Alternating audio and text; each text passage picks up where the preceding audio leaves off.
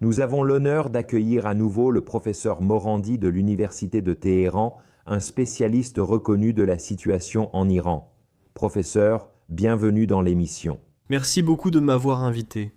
C'est toujours un plaisir. Eh bien, professeur, je crois qu'il faut vraiment discuter aujourd'hui de la situation dans le détroit d'Ormuz. Nous avons entendu beaucoup de choses de l'administration Trump hier aux États-Unis. Le message était que les États-Unis ont gagné. Trump a été victorieux. Le détroit est maintenant ouvert. Tout revient à la normale. Nous avons vu les prix du pétrole commencer à chuter. Mais je pense qu'il y a beaucoup d'incertitudes à ce sujet parce qu'au moment où nous enregistrons ceci, samedi matin, nous commençons à voir que le détroit n'est en fait pas ouvert, que l'Iran garde encore largement le contrôle. Donc je pense qu'il y a beaucoup de confusion, surtout dans les médias, et j'aimerais pouvoir parler à l'expert et vraiment comprendre ce qui se passe avec le détroit d'Ormuz en ce moment. Une petite note avant que nous commencions. Le professeur Morandi était en direct depuis l'Iran. Malheureusement, sa connexion Internet n'était pas très stable. Par conséquent, la qualité vidéo sera un peu instable dans l'entretien d'aujourd'hui. Cependant, la qualité audio est parfaite. Et surtout, son message est celui que nous devons entendre pour comprendre la vérité sur l'Iran. Commençons. Lorsque les États-Unis ont demandé un cessez-le-feu, des négociations ont eu lieu. Et finalement, les États-Unis ont accepté le plan iranien en 10 points comme cadre des négociations. Et c'est à ce moment-là que les combats ont pris fin. Dans le cessez-le-feu qui a finalement été accepté, toute la région était censée retrouver le calme. Ainsi, les combats au Liban, cette offensive israélienne et les attaques génocidaires étaient censés cesser. Et l'Iran était censé ouvrir le détroit d'Ormuz à un trafic accru, y compris pour les navires de pays hostiles à l'Iran, comme les Émirats, le Qatar et l'Arabie Saoudite, qui ont accueilli et accueillent toujours des troupes américaines et étaient complices dans la guerre. Ce que Netanyahou a fait, c'est qu'il a essayé de détruire le cessez-le-feu. Ainsi, l'économie mondiale décline très rapidement, grâce à Netanyahou et Trump. Après 40 jours d'agression, la guerre s'arrête. Il y a une opportunité de faire circuler l'énergie à travers le détroit d'Ormuz. Et Netanyahou détruit cette possibilité. Alors il commence à bombarder massivement des villes au Liban, massacrant des femmes et des enfants. Les médias occidentaux détournent le regard, ou prétendent qu'il s'agit de bastions du Hezbollah ou autres. Ils utilisent ce genre de langage pour justifier le génocide. Ce n'étaient que des immeubles et des maisons, et des enfants qui se faisaient massacrer. J'ai parlé à quelques journalistes occidentaux à Beyrouth, et je leur ai demandé pourquoi, dans leurs reportages, ils disent « bastion du Hezbollah » ou « cible du Hezbollah ». Et tous les deux m'ont dit que ce n'était pas leur formulation. Ma formulation, c'est ce que les deux ont dit. Et disons que l'éditeur, peu importe qui, fait ça. Et j'ai dit, ça ne fait aucune différence. Tu es complice. C'est sous ton nom. Netanyahou a détruit le cessez-le-feu. Et donc il a empêché.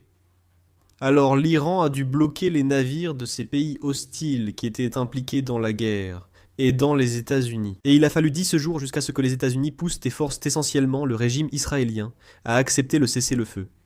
L'Iran a lancé quelques menaces, mais il a gardé le détroit d'Ormuz fermé. La crise économique mondiale s'aggrave de minute en minute. Et finalement, le régime a accepté un cessez-le-feu. Il le viole toujours, mais plus ou moins. C'est calme au Liban. Donc l'Iran a ouvert le détroit d'Ormuz. Mais quelques jours plus tôt, Trump a imposé un embargo sur les ports iraniens, parce que l'Iran, en raison de la violation du cessez-le-feu par le régime israélien, n'a pas ouvert le détroit à davantage de trafic. Les Américains ont imposé un embargo. Donc maintenant que le régime israélien a accepté cela, l'Iran a dit qu'il ouvrirait le détroit.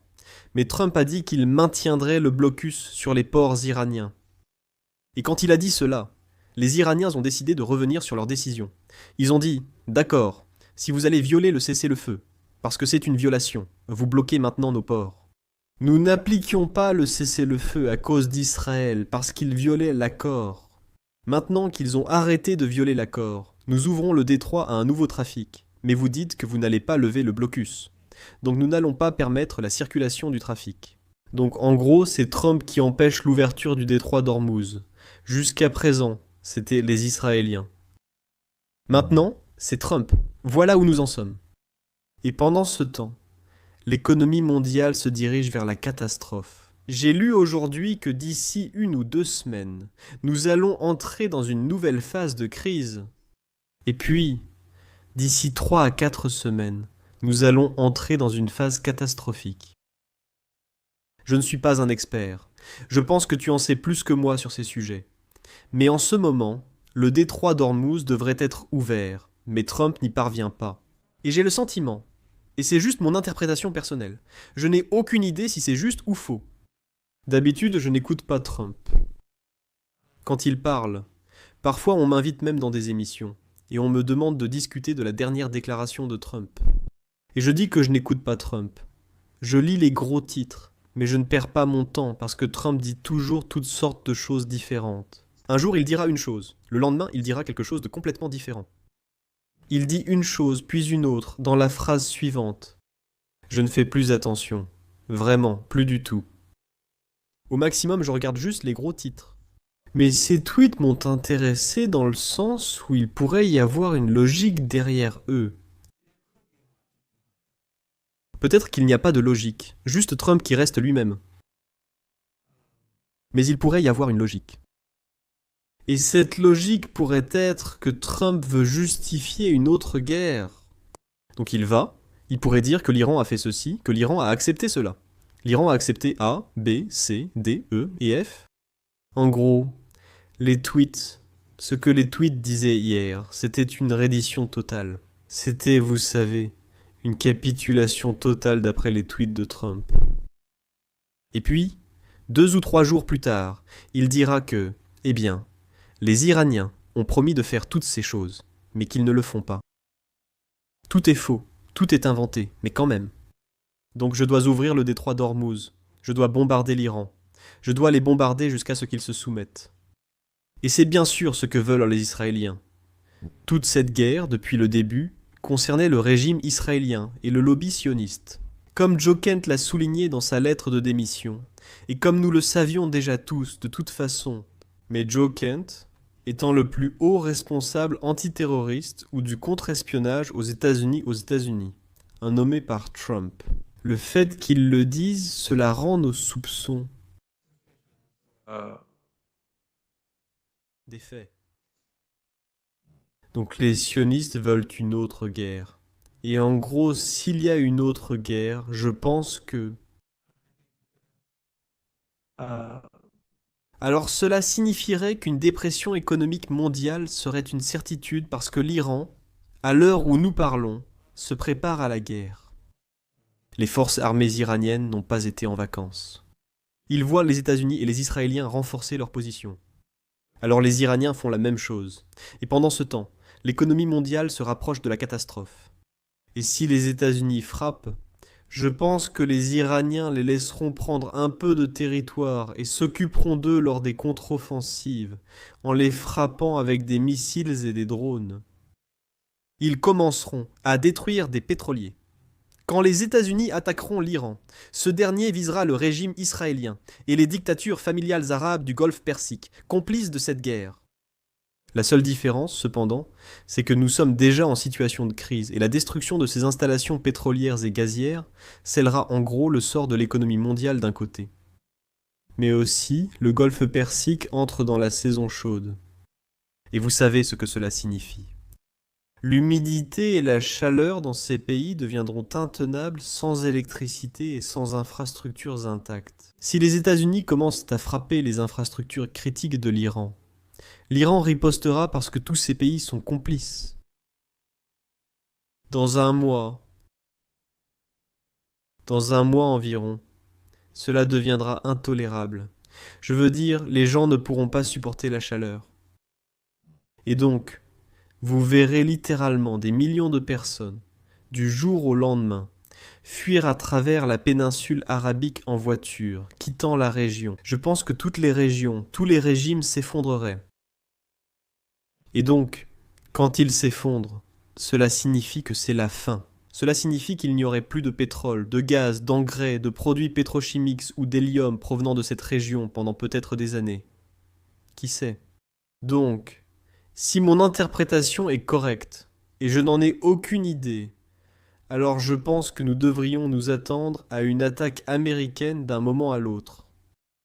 Cela pourrait même arriver avant la fin du cessez-le-feu, car les États-Unis n'ont aucune boussole morale. Je veux dire, nous sommes en train de négocier. Et avant la guerre de 12 jours, les États-Unis conspiraient secrètement pour nous attaquer avec le régime israélien. Avant cette guerre, nous étions en train de négocier. Et les États-Unis, même s'il y avait des progrès, planifiaient et ont finalement mené une guerre contre l'Iran.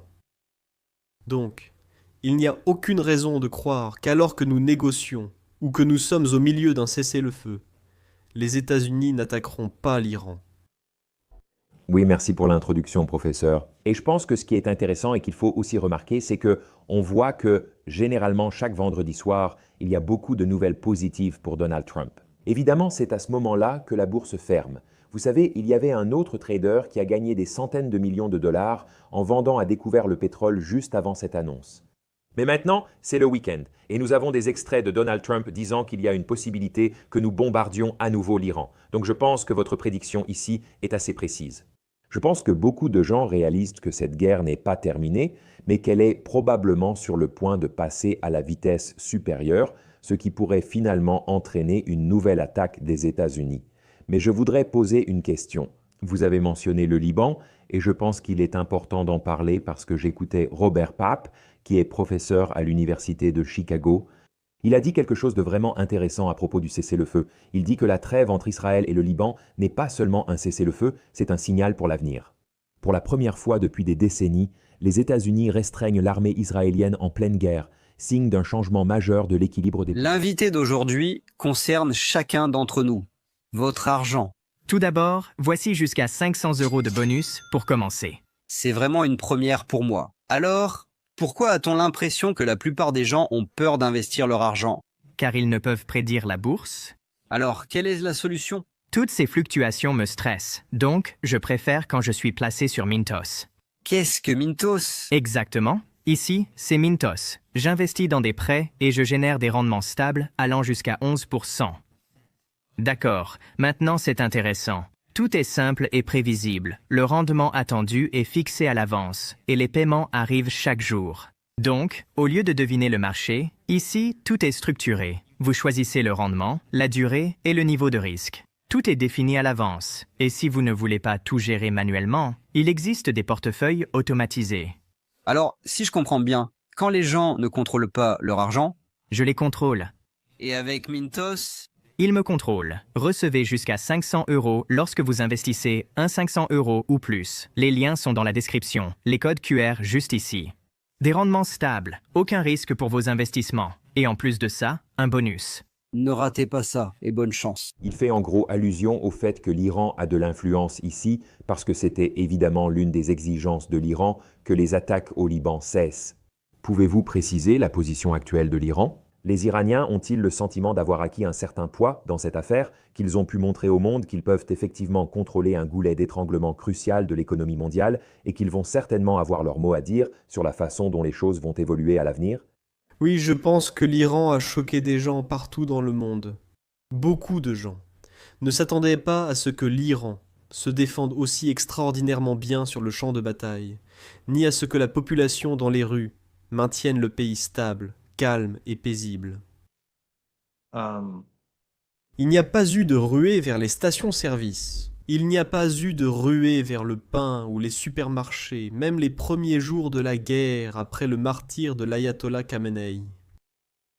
Donc, il y a beaucoup d'étonnements.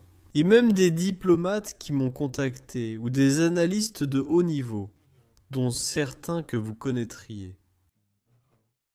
Ils m'ont parlé et ont exprimé leur surprise.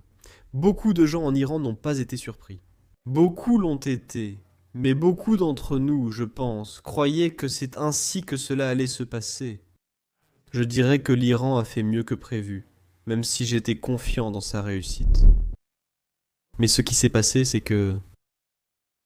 Le détroit d'Ormuz. L'Iran n'a jamais eu l'intention de prendre le contrôle du détroit d'Ormuz. L'Iran a pris cette décision uniquement à cause de ce que les régimes arabes du Golfe Persique et les États-Unis ont fait à l'Iran. Cela modifie l'équilibre des forces régionales.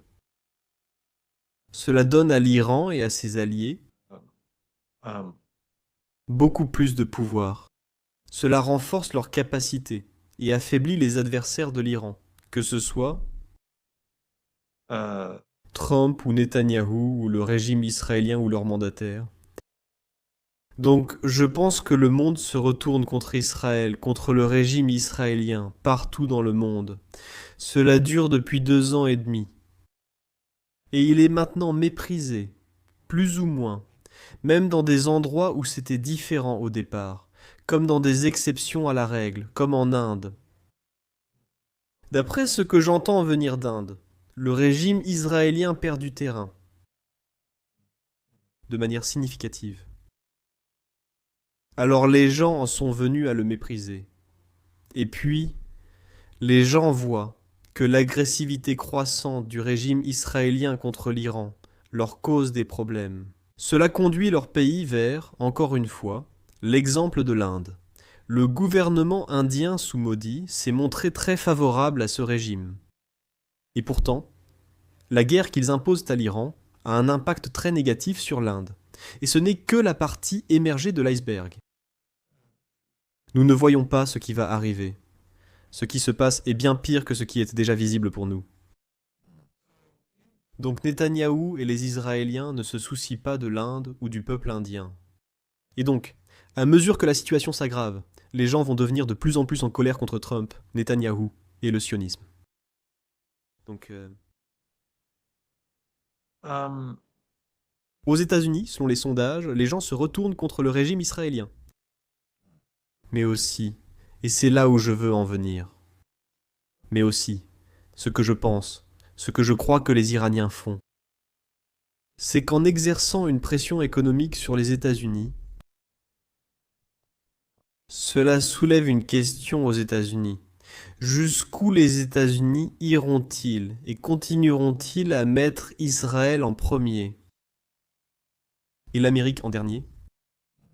Et jusqu'où la situation doit-elle empirer avant que les élites aux États-Unis, qu'elles soient sous influence, compromises, corrompues, peu importe, ou une combinaison de tout cela, Epstein et ainsi de suite, peu importe, où ils doivent de commencer à dire « Non, non, non, ici, nous devons nous occuper de l'Amérique. Les choses vont mal tourner. Si nous ne faisons rien, cela va mal finir pour les États-Unis. » C'est ce que l'Iran veut.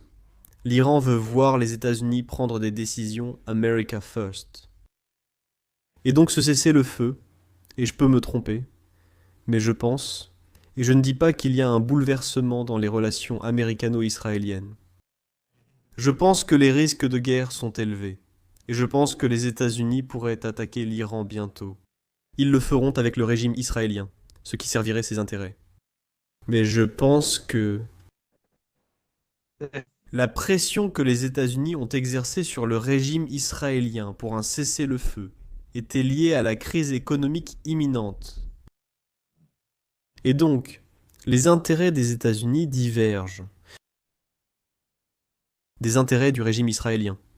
Bien sûr, ils ont toujours été distincts. Personnellement, je considère Israël comme l'ennemi des États-Unis et du peuple américain. Je veux dire, les élites américaines disaient « Nous devons défendre nos intérêts et pousser les Israéliens à accepter ce cessez-le-feu. » C'est ce que je veux dire. Donc je pense que ça a quelque chose à voir avec ça. Et puisque Israël n'est plus populaire et que les gens aux États-Unis ne l'aiment pas, la pression monte, la pression économique s'intensifie. Cela a forcé, et il y avait aussi la menace de l'Iran de frapper les Israéliens avec des missiles. Mais je pense que c'était essentiellement, et bien sûr, c'était la résistance du Liban. Le Hezbollah a accompli un travail remarquable ces dernières semaines, prouvant une fois de plus l'erreur des analystes occidentaux. Parce qu'ils disaient que le Hezbollah s'est effondré. Le Hezbollah n'est plus une force dans la région. Et ils ont vraiment frappé les Israéliens très fort ces derniers temps.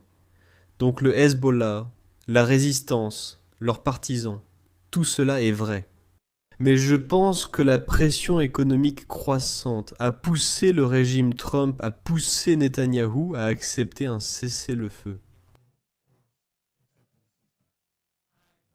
C'est ce que je pense qu'il s'est probablement passé. Oui, je suis d'accord, et ça je pense. Est en accord avec ce que tu disais à propos du professeur à Chicago? De l'université? Oui, absolument. Je veux dire, Je pense qu'il y a beaucoup de gens ici aux États-Unis qui estiment que nos politiciens placent clairement les intérêts israéliens au-dessus des nôtres. Mais au final, une fois que l'économie mondiale est sur le point de s'effondrer et qu'on voit les prix de l'essence grimper ici aux États-Unis, il y a beaucoup de pessimisme pour l'avenir. À un moment donné, il faudra bien revenir à remettre l'économie mondiale sur les rails. Je pense que tu as bien souligné ce point qui a poussé Trump à aller en Israël et dire « Arrêtez ça au Liban pour qu'on conclue un vrai accord ». Mais je veux revenir sur un tweet intéressant que tu as envoyé qui parlait vraiment de l'ouverture du détroit d'Ormuz. Et je pense que c'est important pour nos téléspectateurs parce que, encore une fois, le message de Trump, c'est « Tout est ouvert, tout va bien, tout est revenu à la normale ». Tu sais, ce sont des déclarations très vagues, et j'ai trouvé que tu as vraiment apporté beaucoup de clarté à ce sujet. Tu as dit que 3 conditions s'appliquent. Seuls les navires commerciaux peuvent passer, les navires militaires et cargaisons des belligérants sont interdits. La gestion et la décision concernant les navires autorisés à passer reviennent également à l'Iran, et le transit ne se fait que par la route désignée par l'Iran. Donc on peut voir qu'en ce moment, il semble que l'Iran reste maître du détroit. Penses-tu que cela va continuer à l'avenir ? Je veux dire, tu sais, est-ce qu'on est entré dans une phase où l'Iran sera toujours responsable de ce qui entre et sort du détroit et aura vraiment énormément d'influence sur l'économie mondiale à l'avenir? Oui, je pense que ça va rester comme ça pour l'instant. Et les États-Unis vont probablement essayer d'attaquer l'Iran bientôt pour le déloger. Mais ça ne va pas marcher. Et ça ne fera qu'empirer les choses pour le monde, pour les États-Unis et pour tout le monde. Mais ça ne fonctionnera pas. L'Iran ne veut pas contrôler l'économie mondiale. Il ne veut rien prendre en otage. L'Iran veut s'assurer qu'à l'avenir, les États-Unis ne reconstruisent pas de base dans le golfe Persique afin de pouvoir mener une nouvelle guerre.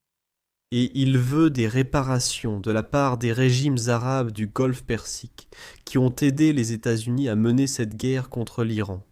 Et s'il y a une nouvelle guerre, cela va augmenter leur coût, parce que la guerre ne peut avoir lieu que sur leur territoire.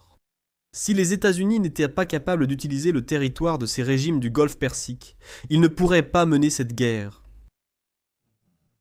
Que ce soit la guerre de 40 jours ou la poursuite de la guerre du Ramadan, qu'il s'agisse d'une nouvelle guerre ou de la même guerre, phase 2, cela n'a pas d'importance. Sans ces régimes, les États-Unis ne peuvent pas agir. L'Iran veut s'assurer que ces régimes ne deviennent plus un point d'appui pour que l'armée américaine lance des opérations contre l'Iran. Professeur, je voudrais vous interroger sur l'avenir de l'Iran, car beaucoup de gens ici aux États-Unis, et certainement nos médias, disent que les Iraniens sont désespérés d'obtenir un accord. Leur économie locale ne peut pas être sur le point de s'effondrer. Par exemple, s'ils ne peuvent pas exporter ce pétrole, alors les raffineries vont fonctionner en surcapacité. En gros, l'Iran est aussi désespéré que les États-Unis pour obtenir un accord. J'aimerais avoir votre point de vue là-dessus. Est-ce que l'Iran cherche une solution à court terme, ou bien est-il prêt à aller jusqu'au bout et à continuer ce combat aussi longtemps que nécessaire? Oh, l'Iran ira jusqu'au bout. Non, il n'y a aucun doute là-dessus. En fait, l'Iran préférerait, et je l'ai déjà dit ailleurs. Il me semble l'avoir déjà dit, mais l'Iran souhaiterait que la guerre se prolonge. Les Américains, après 10 jours, demandaient un cessez-le-feu, mais les Iraniens n'étaient pas intéressés. Et seulement, vous savez, lorsque les Américains ont accepté le plan iranien en 10 points, qui est un plan très réaliste, mais l'Empire américain, vous savez, n'accepte pas la justice. Mais l'Iran veut que cela se termine une bonne fois pour toutes. Pour que les États-Unis, pour que Trump se heurte à un mur, afin que, à l'avenir, aucun président américain ne pense à attaquer l'Iran à nouveau. L'Iran est actuellement prêt pour une nouvelle guerre, et il se prépare jour et nuit depuis 10 jours, depuis le cessez-le-feu. Et ils sont prêts pour une guerre terrestre. Et ils laisseront probablement les Américains prendre un peu de territoire, puis ils commenceront à les bombarder pendant des semaines et des mois, jusqu'à ce qu'ils soient forcés de partir. Mais l'Iran, il faut garder à l'esprit que l'Iran a connu des années où il n'exportait pas du tout de pétrole sous le régime des sanctions de pression maximale. Et donc l'économie iranienne, dans une large mesure, vous savez, elle a déjà survécu sans pétrole dans le passé. Et nous sommes en état de guerre et les gens vont accepter cela. Je ne m'attends pas à ce que la guerre dure très longtemps, Mais je pense qu'elle prendra probablement au moins quelques semaines, voire quelques mois. Et les Iraniens ont gagné beaucoup d'argent ces derniers mois. Depuis que l'armée des États-Unis s'est renforcée, les prix du pétrole et la production de l'Iran ont augmenté. Et l'Iran avait 200 millions de barils de pétrole dans des pétroliers en haute mer. La moitié de cette quantité a apparemment été vendue. Le reste sera sûrement vendu dans les semaines à venir. Jusqu'à il y a 2 ou 3 jours, ils exportaient beaucoup de pétrole. Je ne sais pas si les navires franchissent sur le blocus actuellement. Certains disent oui, d'autres non. Je l'ignore. Nous le saurons probablement d'ici un jour ou deux. Mais le fait est que l'Iran a l'argent pour soutenir sa guerre. Et l'infrastructure de l'Iran a été préparée pour cette guerre. Les bases de missiles souterraines, les bases de drones. Donc, oui, je pense que les États-Unis sont beaucoup plus vulnérables. Et je pense que le temps ne joue pas en faveur de Trump. Parce que la pénurie de GNL, la pénurie de pétrole, la pénurie d'hélium, la pénurie d'engrais, de produits pétrochimiques, tout cela augmente d'une minute à l'autre, littéralement. Et d'après ce que j'ai lu, il ne reste plus beaucoup de temps avant la catastrophe. La situation est déjà en train de se détériorer, mais elle est vouée à devenir très grave. Donc je pense que ce sera un échec. Je pense que Trump est un flambeur. Peut-être vous savez qu'il espère un miracle, mais je ne vois pas. Je vois que tout cela ne fait qu'empirer, et va mener à la destruction complète de ces groupes mandataires de l'autre côté du golfe Persique. Israël sera touché. Je ne vois aucun scénario où les États-Unis réussissent. Mais vous savez, je ne suis pas un décideur à Washington. Donc, je m'attends à une guerre. Peut-être que je me trompe. Et peut-être que Trump verra la lumière et reconnaîtra que c'est une idée stupide. Mais je pense qu'avec la façon dont les choses avancent, et à travers le langage qu'il utilise en disant que l'Iran a capitulé. Et je pense que bientôt il dira « Oh, ils ont rompu toutes leurs promesses. » Et c'est probablement comme ça que les choses vont se passer. D'accord. Professeur, je souhaite vous interroger sur un sujet majeur, l'Iran et l'uranium enrichi. L'administration Trump a d'ailleurs été très claire sur ce point. Vous savez, ils ont dit que, encore une fois, le message est tellement confus. Et je pense que c'est pour ça qu'il y a ce brouillard de guerre, n'est-ce pas? Beaucoup de gens en Amérique vont simplement sur Twitter, vous savez. Ils se contentent de croire les gros titres. Ils ne savent pas vraiment ce qui se passe. On a entendu Donald Trump affirmer que l'Iran a accepté d'abandonner tout son uranium enrichi, mais d'autres rapports disent qu'il est toujours enfoui sous terre. Que pensez-vous de l'avenir de l'uranium? Et est-ce que c'est vraiment quelque chose que l'Iran va abandonner? Ou est-ce quelque chose qu'ils vont effectivement garder pour l'avenir, avec l'espoir de peut-être développer une arme nucléaire pour se protéger à l'avenir? Quelles sont vos réflexions sur la question de l'uranium? Non, l'Iran n'a jamais eu ni montré d'intérêt pour une arme nucléaire. Et si l'Iran avait voulu une arme nucléaire, il l'aurait eue il y a des décennies. Je pense qu'aujourd'hui, tout le monde voit à quel point l'Iran est technologiquement avancé. Nous avons eu une guerre de 40 jours avec les États-Unis, leurs supplétifs et le régime israélien, tous réunis sous la pression maximale imposée par l'ensemble de l'Occident collectif. Et l'Iran a gagné la guerre. Donc ce n'est pas un pays ordinaire. C'est un pays puissant avec des capacités très sophistiquées. Des structures politiques et une société avancée avec une population hautement éduquée. Le programme nucléaire iranien a été pacifique. Et encore une fois, pour revenir à Joe Kent, il a dit très clairement que l'Iran ne développait pas d'armes nucléaires. Donc ce que Trump exige essentiellement de l'Iran, c'est qu'il renonce à sa souveraineté. Et cela n'arrivera pas. La révolution en Iran, la révolution islamique il y a 47 ans, portait sur la souveraineté. Il s'agissait d'indépendance, il s'agissait de dignité et d'honneur. Et Donald Trump ne pourra pas enlever cela à l'Iran, surtout après avoir perdu la guerre. Donc non, je veux dire, l'Iran est plus que disposé à trouver une solution. Vous savez, nous avons vu ce qui s'est passé dans le cadre de l'accord sur le nucléaire iranien. L'Iran n'acceptera plus cela, mais il serait prêt à accepter un scénario où, si les États-Unis étaient sincères concernant leurs inquiétudes sur le programme nucléaire iranien, ils pourraient utiliser ces préoccupations. Mais encore une fois, pour revenir à ce que Joe Kent a dit, à ce que les services de renseignement américains ont dit, à ce que l'Agence internationale de l'énergie atomique a dit, ils ont tous affirmé qu'il n'y a jamais eu de preuve, que l'Iran ait jamais cherché à obtenir une arme nucléaire. Et Tulsi Gabbard a dit la même chose sous serment. Donc l'Iran est prêt à trouver des solutions aux problèmes, mais l'Iran n'abandonnera pas sa souveraineté. Cela n'aidera pas. Professeur, quelle est la plus grande idée fausse que la plupart des Américains ont sur l'Iran? La plupart des auditeurs de ce podcast viennent des États-Unis et du Canada, ce qui nous donne un large public nord-américain. Quel message souhaitez-vous leur transmettre pour qu'ils puissent mieux comprendre la situation? Il reste peu de temps pour traiter les questions clés. J'en ai déjà parlé. Un bon livre a été écrit par 2 anciens responsables de la Maison-Blanche. Peu de bons livres sur l'Iran existent en Occident. Mais il y a un bon livre, même si je ne suis pas d'accord avec tout ce qu'il contient. Mais il y a un bon livre écrit par 2 anciens responsables de la Maison-Blanche, intitulé Going to Tehran. Et les auteurs sont Flint et Hilary Leverett. Ils ont travaillé à la Maison-Blanche sous George W. Bush. Et Flint Leverett a démissionné à cause de la guerre en Irak.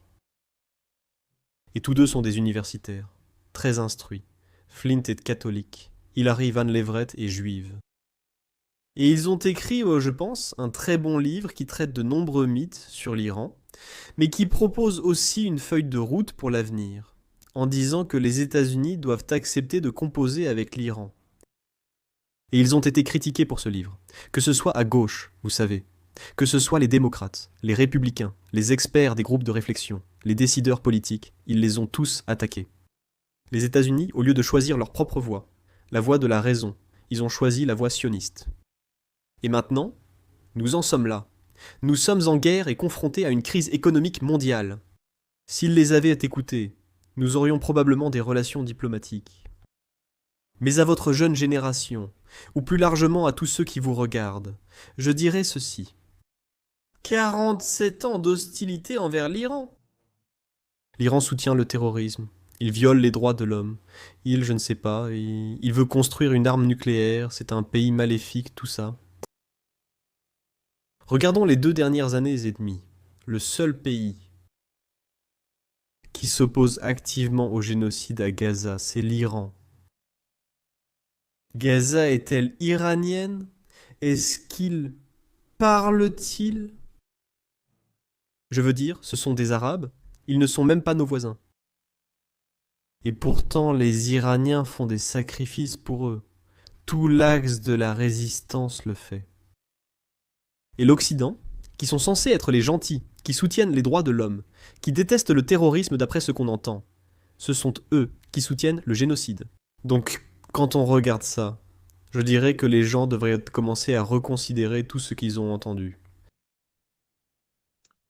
La deuxième chose que je dirais concerne les Américains plus âgés, et c'est que beaucoup d'entre eux croient, à cause des manuels scolaires ou de ce qu'on leur a dit dans les médias, que les problèmes entre l'Iran et les États-Unis ont commencé avec la prise de l'ambassade. Et j'affirmerais que la prise de l'ambassade était le résultat de la politique américaine. Les États-Unis ont organisé un coup d'État en Iran en 1953, ont imposé un shah brutal qui a créé une police secrète brutale et a régné pendant 25 ans. Il y a eu une révolution, probablement la seule véritable révolution de l'histoire, parce que dans tout le pays, les gens étaient dans les rues pendant des mois, en très grand nombre, partout. Et les soldats du Shah les abattaient régulièrement. Et lors d'une journée particulièrement sombre appelée le Vendredi Noir, un grand nombre d'Iraniens ont été tués à Téhéran sur ce qu'on appelait alors la place Jane, ou maintenant la place Shohada, la place des martyrs à cause du massacre. Et le lendemain, Jimmy Carter a appelé le Shah et lui a apporté son soutien total. Donc, après la Révolution, l'ambassade des États-Unis a commencé à faire ce qu'elle avait fait en 1953, déstabiliser l'Iran. Et les États-Unis ont offert refuge au Shah, qui était un meurtrier de masse. Et les étudiants manifestaient. Et donc les étudiants craignaient de voir l'histoire de 1953 se répéter. Ils ont pris l'ambassade et exigé que les États-Unis renvoient le Shah, ce meurtrier de masse. Et lorsqu'ils ont pris l'ambassade, ils ont commencé à découvrir, à trouver des documents montrant ce que les États-Unis faisaient contre l'Iran depuis l'ambassade. Alors ils ont gardé ces personnes, Ils ont libéré les femmes et les minorités, les Afro-Américains, et ils ont gardé 53 personnes. Que vous pensiez ou non qu'ils auraient dû les garder. 440 jours, c'est une autre question. Mais le fait est que c'était le résultat de la politique américaine. Les étudiants avaient peur. Et je pense personnellement que si les étudiants n'avaient pas pris le contrôle de l'ambassade, la révolution serait probablement tombée à un moment donné. Mais je ne dis pas que le fait que cela ait duré 444 jours était la bonne politique. Mais c'étaient des étudiants. Et ils craignaient pour l'avenir du pays. Mais le fait est que dans toute cette histoire, qu'ils le veuillent ou non, l'Iran est la victime. Et je pense que les gens doivent reconsidérer les choses. Encore une fois, je pense que si les gens lisaient ce livre Going to Tehran, ce serait un peu une révélation. Et je pense que si les États-Unis n'étaient pas aussi... Je veux dire, si les élites à Washington n'étaient pas aussi bien contrôlées par la classe Epstein ou par le lobby sioniste, pour une raison ou une autre, vous savez, que ce soit parce qu'ils ont des dossiers compromettants sur eux, ou qu'ils sont corrompus, ou qu'ils exercent une quelconque influence. Washington est sous contrôle. Si ce n'était pas le cas, je pense qu'en ce moment nous aurions des relations politiques, nous ferions des affaires et du commerce, et nous n'aurions pas cette conversation. C'est ça, c'est ça. Professeur, merci beaucoup pour votre travail et cette leçon d'histoire remarquable, ainsi que vos analyses, car en temps de guerre, un grand brouillard règne toujours. C'est pourquoi il est crucial d'obtenir ces interviews sur le terrain. Vous êtes en direct de Téhéran. Je souhaite à vous et votre famille de rester en sécurité. Et encore une fois, merci beaucoup pour votre temps aujourd'hui. Ce fut un honneur de m'entretenir avec vous. C'est un honneur d'être dans l'émission. Merci beaucoup, j'espère des jours meilleurs pour tous. À tous, je tiens à vous remercier d'être arrivés jusqu'à ce point de la vidéo.